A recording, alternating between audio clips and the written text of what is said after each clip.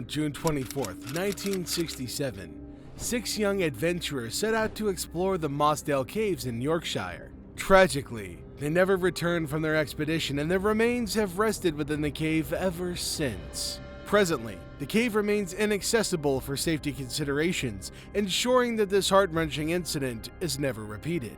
The Mossdale tragedy stands as one of the most sorrowful cave accidents in the history of UK caving, and possibly the world. Before the days of the fatal accident, the cave was hardly ever described or explored. There was no map or instruction to help navigate inside. Mossdale was classified as very severe. It was known as the most challenging in the UK. Its distant edge at the time has now been seen by fewer people than have walked on the moon, and that should give you an idea of how wild this place was. Scientists describe Mossdale as a crumbly limestone cliff up on the quiet Cornerstone Moor.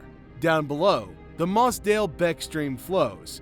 It's not a welcoming place, and some people think it looks scary even when the sun is shining. But inside it's just as intimidating. The cave is made up of lots of rooms and narrow paths the cavers have to crawl or squeeze through. Sometimes they might find passages or rooms that don't connect to the rest of the cave, and there are also underground streams which can be exciting, but also very dangerous.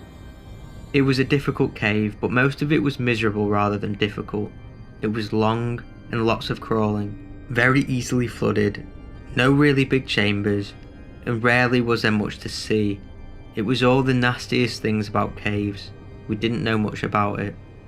In 1941, a famous explorer named Bob Leakey decided to be the first to explore Mossdale Cave. His solo journey into the cave was incredibly brave and tough. Some people even thought it was crazy, like reaching the South Pole in the world of cave exploration.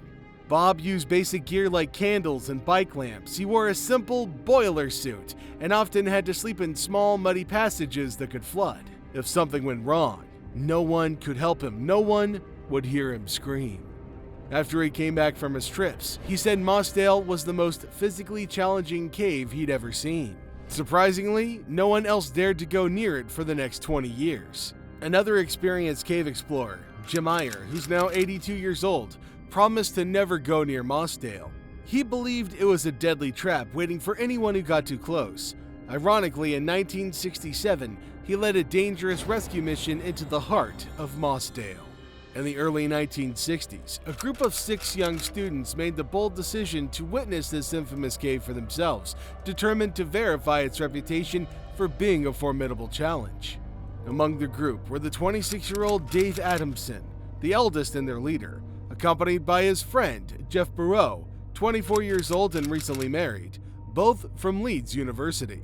Joining them were John Odkin, Jim Cunningham, and John Shepard, all 21 years old, proud members of the Happy Wanderers Club, a caving club based in Bolton. Additionally, there were members from the Bradford Pothole Club, Colin Vickens, 23, and Bill Frakes, 19, both recognized figures in the world of cave exploration, as well as Michael Ryan, 17, an aspiring novice. Apart from these men, 2 young women accompanied them, primarily for companionship. 19-year-old Colette Lord and Morag Forbes, 22, who was engaged to Dave Adamson. Instead of venturing into the cave, the 2 women decided to take a stroll in a nearby village called Ingleton, a few kilometers away. They were accompanied by Cunningham and Shepard. Little did they realize that this choice would turn out to be a lifesaver. But before we tell you about the fate of the others and share their story, we kindly encourage you to show your support by giving us a thumb up and subscribing to our channel. Now, let's return to the most important part of the story. The remaining group began their underground expedition around 5 p.m. The weather was generally favorable, with only a light sprinkle. They initially entered the entrance chamber, typically the first and largest chamber upon starting a cave exploration. The chamber was well lit by natural daylight entering from the cave's entrance and often served as a gathering point for cavers. As they proceeded deeper into the cave, they encountered various challenging sections. They passed through the Drown or Glory swims, navigated the rough and knee-wrecker passages, and found themselves facing the daunting 900-foot-long marathon crawl. This narrow and low tunnel could only be traversed by wriggling sideways in the stream that flowed through it.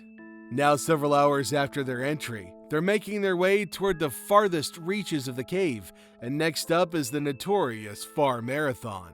Adamson and Barreau's goal was to blow up the blocked Mini-Cow Passage since they hoped to discover new passages. Meanwhile, outside, the rain intensified with 1 inch of rainfall pouring down in just 3 hours. Morag decided to make her way to the cave to check on the cavers. When she arrived at 9 p.m., she was met with a horrifying sight.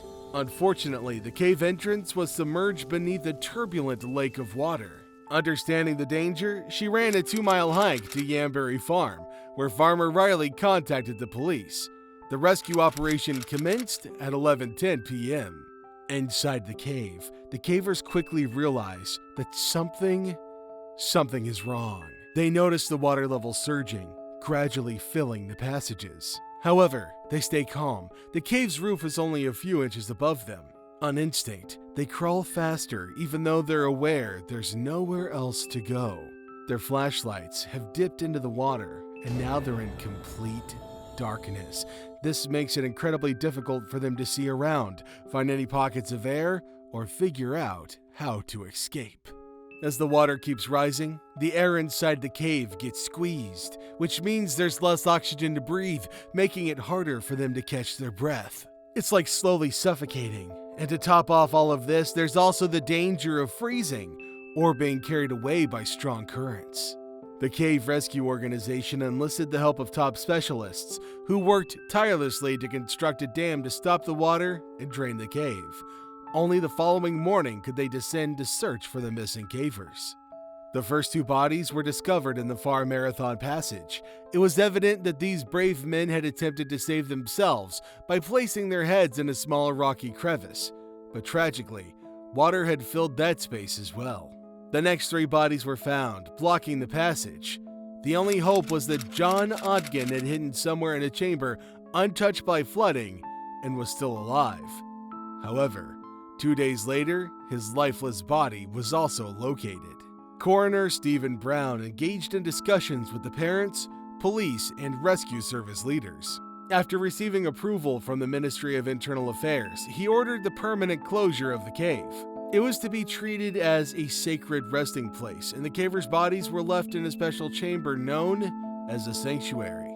Right from the start, when the rescuers saw the state of the cave, they realized that there was very little likelihood of finding anyone alive.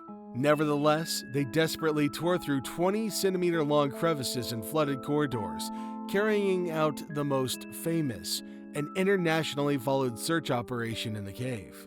Regrettably, the operation ultimately culminated in tragedy. If you're interested in this story and would like to see more like it, then please take a look at our other videos. And, as always, thank you for choosing to spend your time with us today. We'll see you in our next video.